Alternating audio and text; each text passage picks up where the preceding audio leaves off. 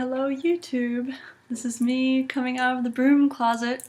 I'm the student witch. I'm a grad student. I am just about a year into my practice, so I'm definitely still a newbie. And my chair is squeaking, I apologize. And I just wanted to kind of anonymously, not really anonymously, come out of the broom closet. And see how this whole YouTube world goes, because YouTube was one of the first sources I went to begin some kind of preliminary research about this new spiritual path. And I wanted to see if I could use it as kind of a public/private diary of my growth on this path, and to see if maybe someone can learn from me, or if I can learn from others. Definitely learn from others. Okay, so I guess a little bit about myself. I grew up in the South, but I now live in Massachusetts, but this summer I'm in the South again because that's where my husband lives. I'm 27 years old. I was raised Roman Catholic. And now I'm just comfortable calling myself a witch. I guess more on the eclectic-y side than on the Wiccan side. I'm not really interested in strictly following the Wiccan path, although there's a lot to learn from it. I kind of see myself more eclectic. So far, what I've been learning to do is some basic spells. I don't know if you can see on my windowsill. We have a green candle and a mason jar with some green aventurine on the top and some dried rose petals as offerings and coins. So that's our money spell, and it's been working really well. I've also been learning how to make tinctures, oils, building an altar, kind of communicating with spirits. I, just the past couple months, have gotten into tarot. This is my very first tarot deck. It's the classic deck. The books that I've read, I started off with Orion Foxwood's The Candle and the Crossroads. That was the very first witchy book I ever read, because I have family in Appalachia in eastern Kentucky, and I'm very drawn to that region. I grew up in Kentucky, but more on the western side of the state, but still practically everywhere in Kentucky is rural.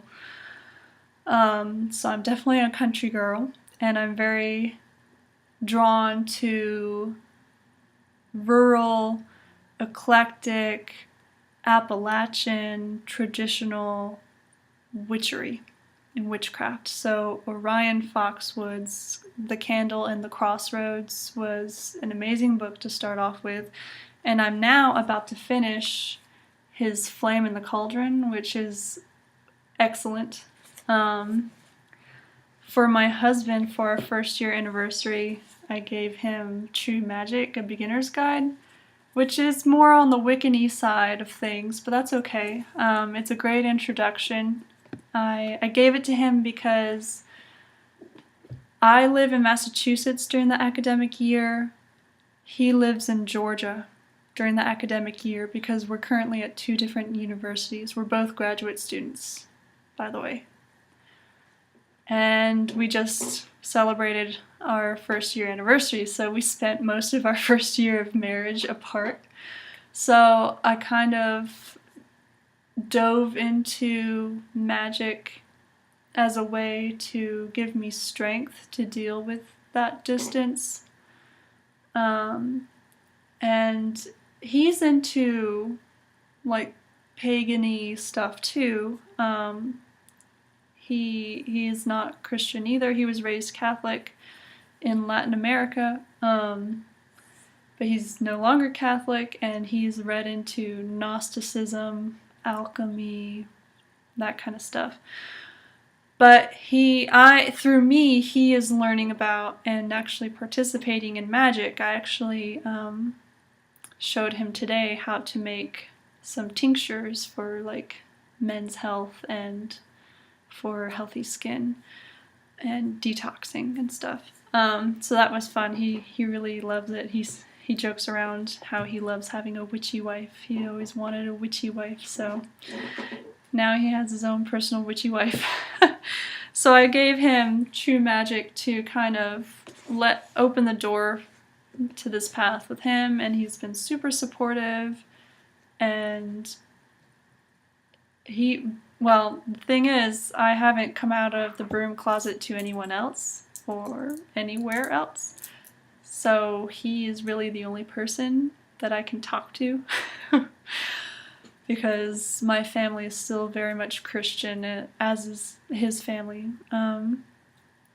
So